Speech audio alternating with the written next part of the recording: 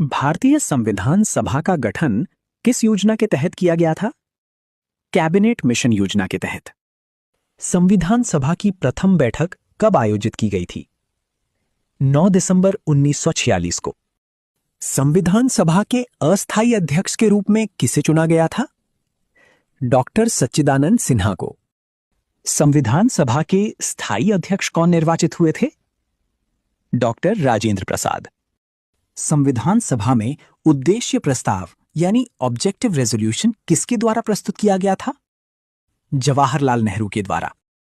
भारतीय संविधान के निर्माण में कुल कितना समय लगा? 2 वर्ष 11 महीने 18 दिन। संविधान सभा की प्रारूप समिति यानी ड्राफ्टिंग कमेटी के अध्यक्ष कौन थे? डॉक्टर BR अंबेडकर थे। भारतीय संविधान को संविधान सभा द्वारा कब अंगीकृत किया गया था? 26 नवंबर 1949 को। भारत का संविधान पूर्ण रूप से कब लागू हुआ था?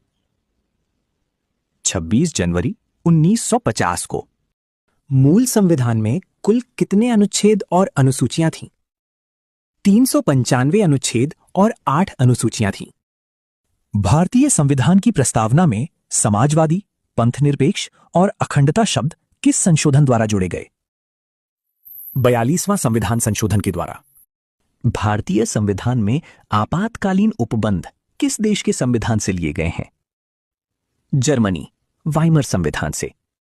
भारतीय संविधान में एकल नागरिकता की विशेषता कहां से ली गई है? ब्रिटेन से। राज्य की नीति निर्देशक तत्व किस देश के संविधान से प्रेरित हैं? आयरलैंड के संविधान से। भारत में संसदीय शासन प्रणाली किस देश के संविधान से ली गई है? ब्रिटेन के संविधान से। मूल अधिकारों का प्रावधान भारतीय संविधान में किस देश से प्रेरित होकर शामिल किया गया? संयुक्त राज्य अमेरिका से। भारतीय संविधान में विधि द्वारा स्थापित प्रक्रिया यानी प्रोसीजर एस्टैब्लिश्ड बाय लॉ का सिद्धांत कहां से लिया गया है? जापान से। संविधान संशोधन की प्रक्रिया का प्रावधान किस देश के संविधान से लिया गया है? दक्षिण अफ्रीका से। भारतीय संविधान की प्रस्तावना का विचार किस देश के संविधान से लिया गया है? संयुक्त राज्य अमेरिका से। संविधान सभा की प्रांतीय संविधान समिति के अध्यक्ष कौन थे?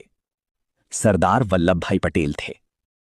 संविधान सभा द्वारा राष्ट्रीय ध्वज तिरंगे को कब अपनाया गया था? 22 जुलाई 1947 को। संविधान सभा की अंतिम बैठक कब हुई थी? इसका उत्तर आप कमेंट बॉक्स में जरूर दें। धन्यवाद।